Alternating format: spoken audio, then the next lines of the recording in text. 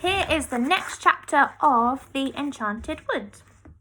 So we're on chapter 5 now, and chapter 5 is called The Roundabout Land. One big, broad branch slanted upwards at the top of the faraway tree. Joe climbed onto it and looked down, but he could see nothing, for a white mist swirled around and about.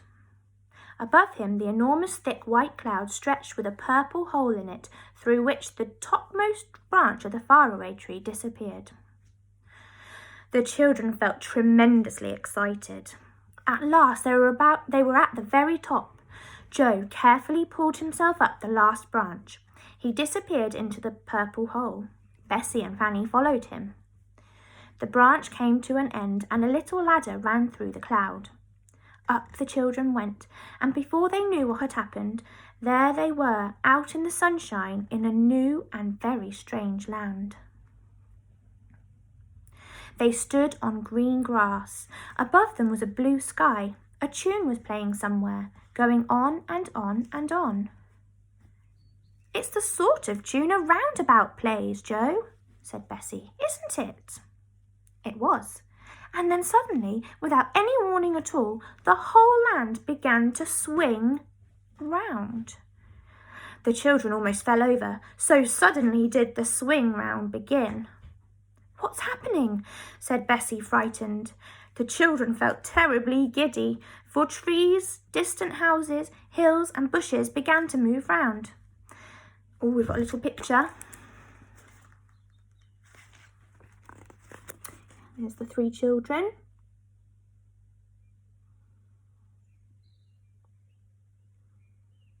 Spinning round. They too felt themselves moving, for the grass was going round as well. They looked for the hole in the cloud, but it had disappeared. "The whole land is going round and round like a roundabout," cried Joe, shutting his eyes with giddiness. "We've passed over the hole in the clouds. We don't know where the topmost branch of the faraway tree is now. It's somewhere beneath this land, but goodness knows where." "Joe, how can we get back home again?" called Fanny in a fright. "We'll have to ask someone for help," said Joe. The 3 began to walk away from the patch of green field in which they were standing. Bessie noticed that they had been standing on a ring of grass that seemed darker than the grass around. She wondered why that was. But she had no time to say anything, for really it was dreadfully difficult to walk properly in a land that was going round and round like a proper roundabout all the time. The music went on and on too. Hurdy-gurdy, hurdy-gurdy. Joe wondered where it came from and where the machinery was that worked the strange roundabout land. Soon they met a tall man singing loudly from a book. Joe stopped him, but he went on singing. It was annoying.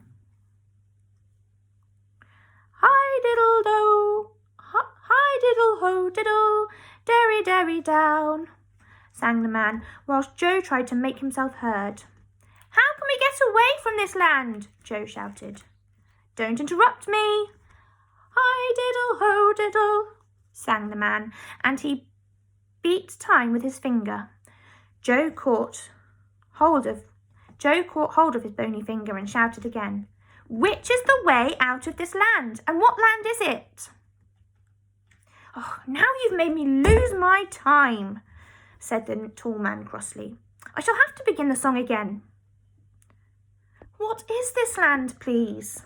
asked Fanny. "It's Roundabout Land," said the tall man. "I should have thought anyone would have guessed that. You can't get away from it. It goes round and round always, and only stops once in a blue moon." "There must have been a moon when we climbed into it," said Joe. It had certainly stopped then. The man went off singing loudly, "Hi-diddle-ho-diddle, derry-derry-down." "Silly old diddle-derry," said Fanny. "Really, we do seem to meet the most peculiar people." "What I'm worried about is getting home," said Bessie. "Mother will be anxious if we're not back when she is. What shall we do, Joe?" "Let's sit down under this tree and have a bit more to eat," said Joe. So they sat down and munched solemnly. That means sadly. Hearing the roundabout music going on all the time and watching the distant hills and trees swinging round against the sky, they found it all very strange. Presently, a pair of rabbits lolloped up and looked at the children. Fanny loved animals, and she threw a bit of cake to them. To her surprise, one of the rabbits picked up the cake in its paws and nibbled it like a monkey. "Thanks," said the rabbit. "It's a change from grass. Where do you come from? We haven't seen you before, and we thought we knew everyone here. Nobody new ever comes to Roundabout Land." "And nobody ever gets away," said the other rabbit, smiling at Fanny and holding out its paw for a bit of cake too. "Really?" said Bessie in alarm. "Well, we are new to it, for we only came about an hour ago. We came up the faraway tree." "What?" cried both rabbits at once, flipping up their long ears in amazement. "Up the faraway tree, did you say? Goodness, you don't mean to say that's touching this land?" "Yes, it is," said Bessie, "but I expect, as this land is swinging round and round, that the topmost branch might be almost anywhere underneath it. There's no way of finding out."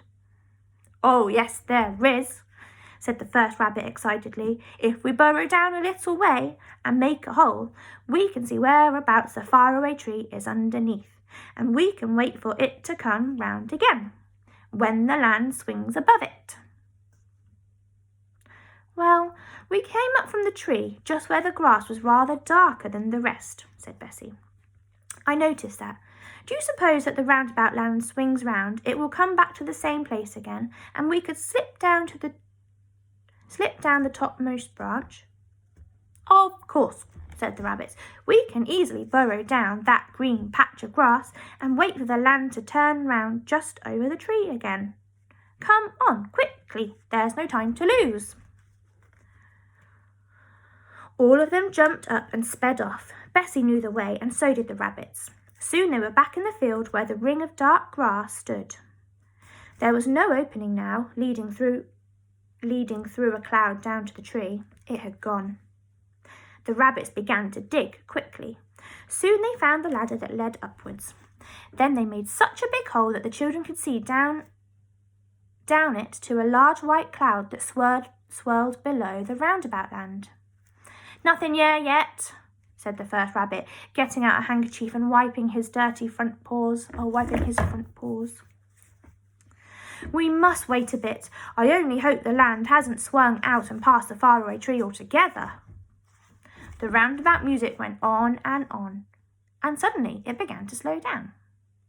One of the rabbits peeped out of the hole below and gave a shout.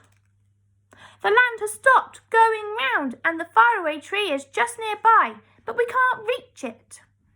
The children peered through the cloud below the ladder and saw quite clearly that the faraway tree was very near, but not near enough to jump on.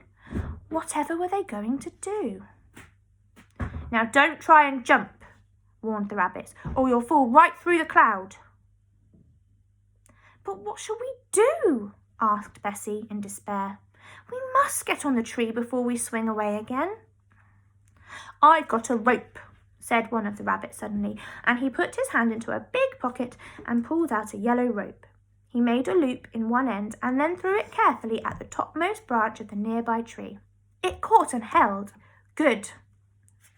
"Fanny, slip down the rope first," said Joe. "I'll hold this end." So Fanny, rather afraid, slid down the yellow rope to the tree, and then, just as she got there, the roundabout music began to play very loudly and quickly, and the roundabout land began to move. "Quick, quick!" shouted Fanny as the land swung nearer to the faraway tree. "Jump, jump!" They jumped, and the rabbits jumped after them. The roundabout land swung off. The big white cloud covered everything. The children and the rabbits clung to the topmost branch and looked at one another. "We look like monkeys on a stick," said Joe, and they all began to giggle. "My goodness, what an adventure! I vote we don't come up here again." but as you may guess, they did. And that's the end of chapter 5.